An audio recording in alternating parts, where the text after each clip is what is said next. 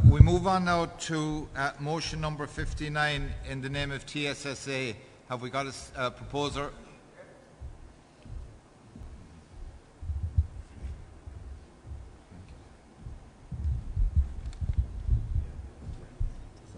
Sorry.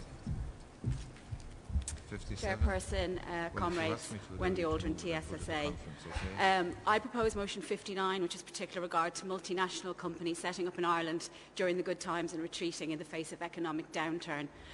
Many of you will be familiar with Green Isle Foods, Waterford Crystal and Thomas Cook, where staff took the law into their own hands and used occupation as a tool to fight for and protect their livelihoods. This issue has particular significance for me.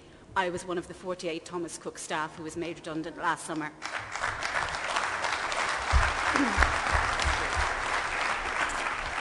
I was general manager of a company who I served loyally for 17 years, until I was told that my services and those of my loyal staff were no longer required. The Celtic tiger had ceased to roar and Thomas Cook were leaving Ireland. I was one of the people who decided that enough was enough, and we took the law into our own hands. We occupied a premises on Grafton Street for 4 days last August bank holiday weekend. I broke the law and I was taken away to the Bridewell in a dawn raid. 250 rank-and-file Gardaí, many of them with tears in their eyes, leading predominantly young women away to the Bridewell. The bankers walk free and travel agents go to jail.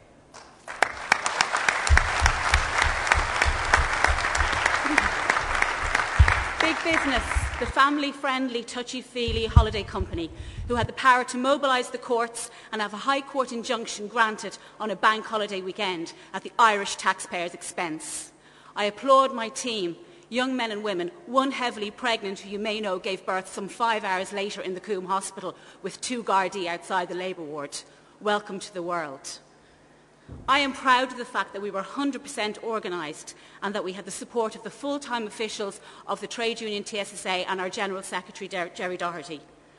My staff often ask me why be a member of a trade union. It's easy. You insure your life, you insure your health, you insure your home. Why not insure your job? Thomas Cook pleaded poverty. The same company whose CEO received £7.5 million sterling as a bonus last year for making 2,800 people redundant. The same company who have just announced that they're going to support and sponsor the London Olympics. Poverty. They didn't bank on 48 young people standing up for their rights. I lost my job. I joined the dole queue in Newbridge, County Kildare every week. It's soul-searching. I cannot believe that I have to see my staff on Facebook and social network sites who are now living in Australia because they couldn't get jobs here. Proud people. However, I can look myself in the mirror and say that I have made a difference for the child that is born tomorrow.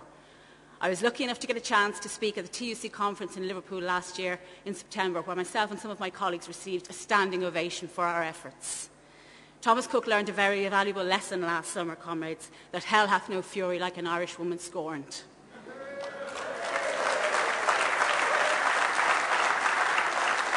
The support we received from Irish local business, from Dunstores to Superquinn, Vodafone to McDonald's, was phenomenal as we stood against the fat cats.